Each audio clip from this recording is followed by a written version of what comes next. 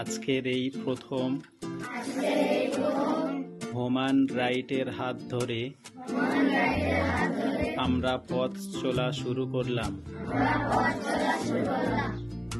জাতীয় এই সংস্থার সঙ্গে যুক্ত হতে পেরে আমরা ধন্য। আপনাদের প্রতি আমাদের আন্তরিক শুভেচ্ছা, শ্রদ্ধা ও ভালোবাসা রইল।